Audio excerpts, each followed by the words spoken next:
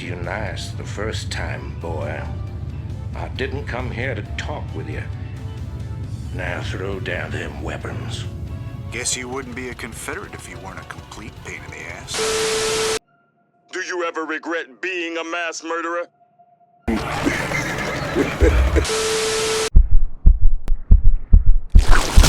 Over here. Sweet Mother Mercy. Your mind has been weakened, but I fear we have sustained severe damage ourselves. I will Destroy them all from orbit, and not waste such time.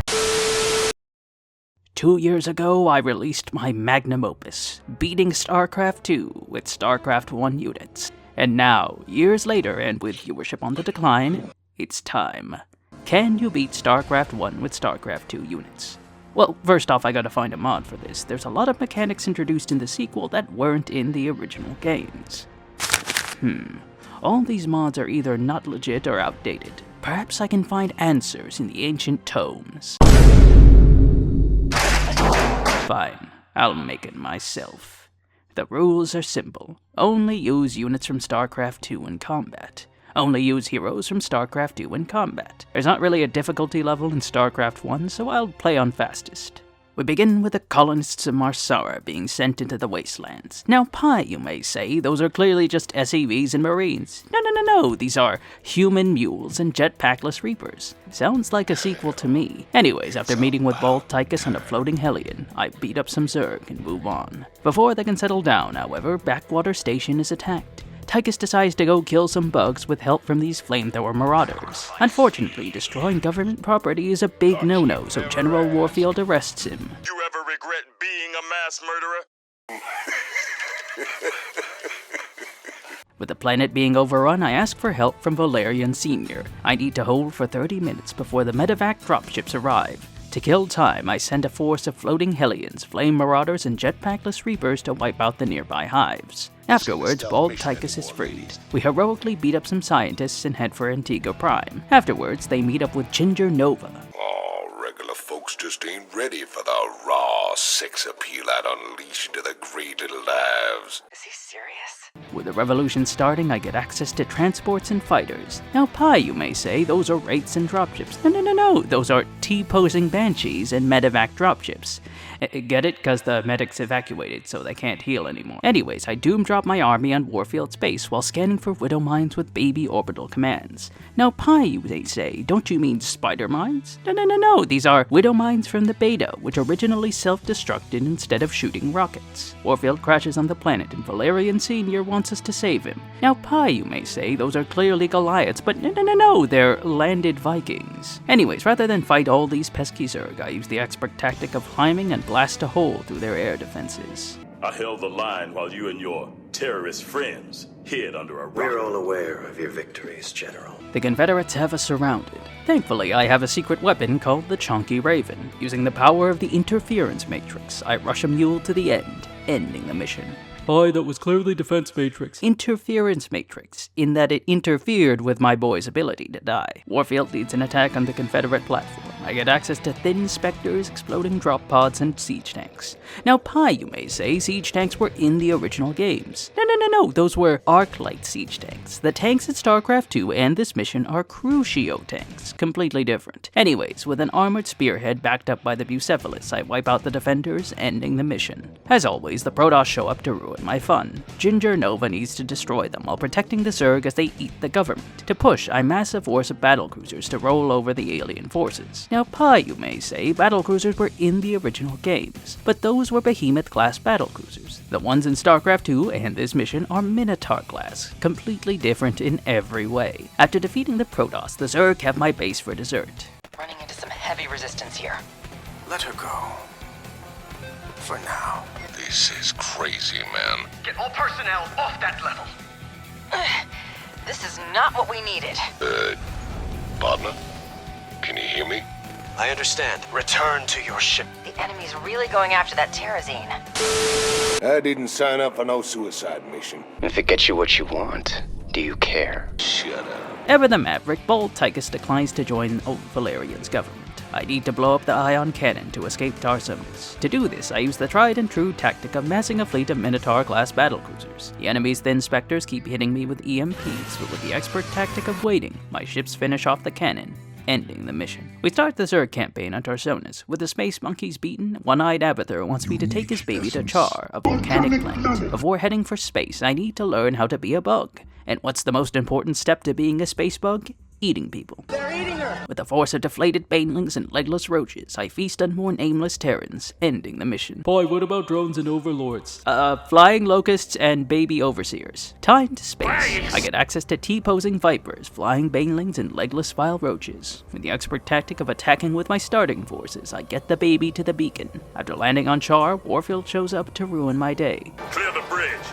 I got a battle to win. Warfield's base is fortified with siege tanks, missile turrets, and bunkers, except for this corner here. With the power of T-pose, my Vipers overrun the General's forces. My ship is taking terrible damage. It's nearly time for the baby to hatch. Bald Tychus shows up to cause trouble, but with help with these Starcraft 2 queens high on Terrazine. I hold until Infested Nova enters the scene. Infested Nova wants to infiltrate a chunky raven. With legless vile roaches and deflated banelings, Nova bonks, finds the stonks, and learns to chunk. Surprise! A golden Alarak attacks. Isha suggests not rushing in and learning more about him. Very logical. So naturally, Nova tells her where to stick that logic and goes anyway. Now, Pi, you may say, these are clearly Guardians, which were in the original games. No, these are broodless broodlords. Having lost the custody battle with the broodmothers, they can no longer throw their young at the enemy anymore. After bombing Alarak's base into submission, he challenges Nova to a duel. But as always, she loses. Oh, it's you.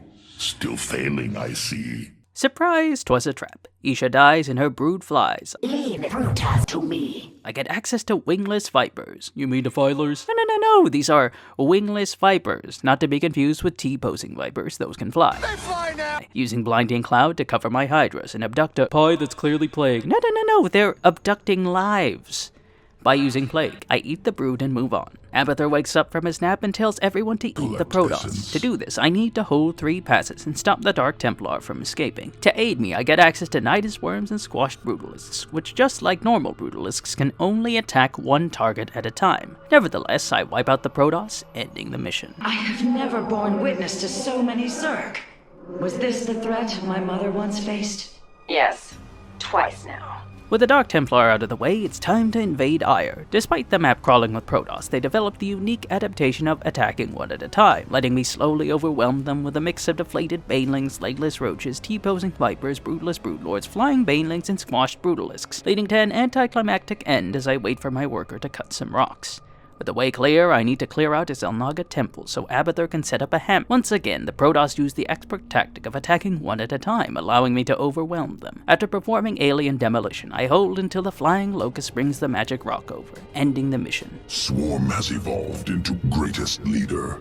The Protoss Campaign opens with Rohana ordering me to help my friend Talendar. It is good to see you, young executor. I get access to male adepts, topless immortals, repair drones, and baby Kadaran monoliths, allowing me to overrun the enemy base. Kovlin Alarak gives us a call and tells us to aim for the head to make bugs dead. Unimaginable heresy. I need to distract the Zerg while OG Talendar flanks them. To aid me, I get access to chunky sentries, which have developed the unique adaptation of being too chonk. Anyways, after waiting long enough, Talendar shows up with some legless reavers, allowing me to overwhelm the Zerg forces and beat up the broodmother brain. Jokes, the brain fails to drain, so the bugs bring on the pain. Rohana orders us to use the expert tactic of killing the bugs until they die. To aid me, I get access to long void rays, which I use to overwhelm the Zerg hives, ending the mission. Due to graphical limitations, their beams are only depicted with these tiny little plinks. Rohana sends me to find Golden Alarak on account of him going AWOL. To help me, I get access to Kali Ascendants and Twilight Archons. Pi, Twilight Archons weren't in the sequels. But they were an early development concept. Sounds pretty sequel to me. Anyways, using Psionic Orb to wipe out masses of enemies, I make it to Golden Alarak and Bald Tychus. They communicate through orifices, mouths. Oh, freaky Protoss just ain't ready for the raw sex appeal I'd unleash into the great little lives. Unimaginable heresy. Alarak convinces me to save his buddy Mohandar, but the Zerg surround us before we can escape, so using the expert tactic of zapping my foes, I fight my way to the end. Rohana isn't happy with me helping Gold Alarak and heads back to Ire.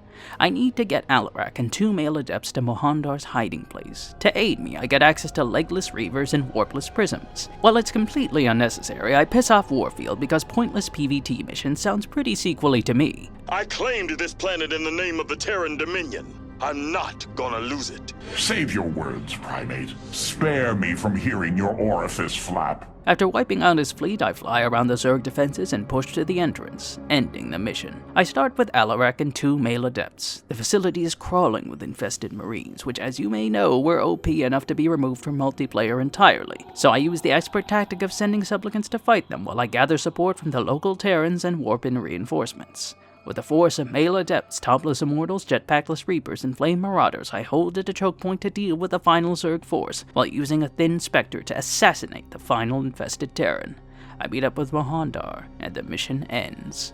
Go and tell the others of the victory I have won here. Some minds have redeeming qualities. You are not one of them.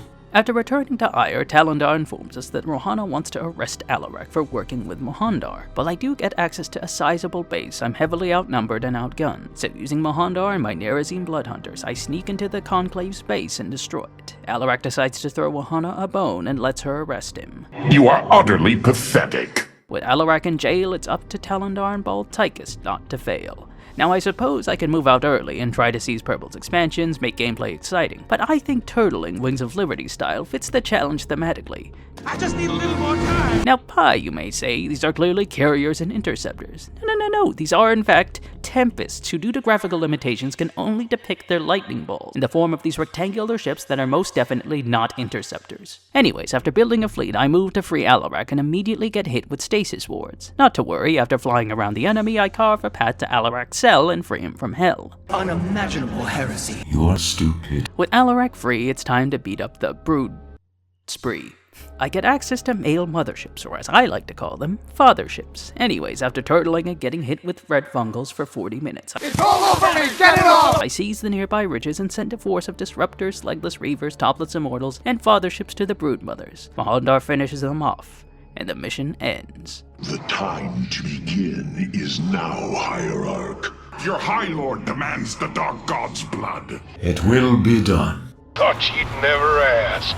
Time to beat up Abathur. I start with Tychus and his buddies in the northwest and Alarak and Mohandar in the southeast. Now I suppose I could record an epic struggle to Abathur's position, but in classic Wings of Liberty style, I choose to turtle until I have 3 squadrons of Minotaur-class battlecruisers, long Tempests, Crucio siege tanks, fatherships, and 1 thin Void Ray. With my fleets ready, I launch a 3-pronged attack on Abathur's position. Rather than do anything silly like launch his ship into a collision course with the enemy, Alarak decides to destroy them all from orbit and not waste such time. So can you? Alright, you already know this is an out-of-season April Fool's joke. As far as I could tell, there's no legit up-to-date mod out there. There's too many new mechanics introduced in Starcraft 2, and ultimately it's not really possible to complete the original games with Starcraft 2 units. It's just not. I suppose one could argue that units like Marines and Zerglings do show up in the sequels, but as for guys like Marauders and Roaches, it's no such luck here. Anyways, I'd chill Patreon, but no one has signed up in months. I'm not depressed, you're depressed. As for my old patrons, shoutouts to Time, Gladys Marino, Happy Acra, Jen Duong, and Michael Phillips for supporting the channel. I'll cover Brood War next, but afterwards, it's another poll. Do you want to see Tiberium Wars with no Tiberia?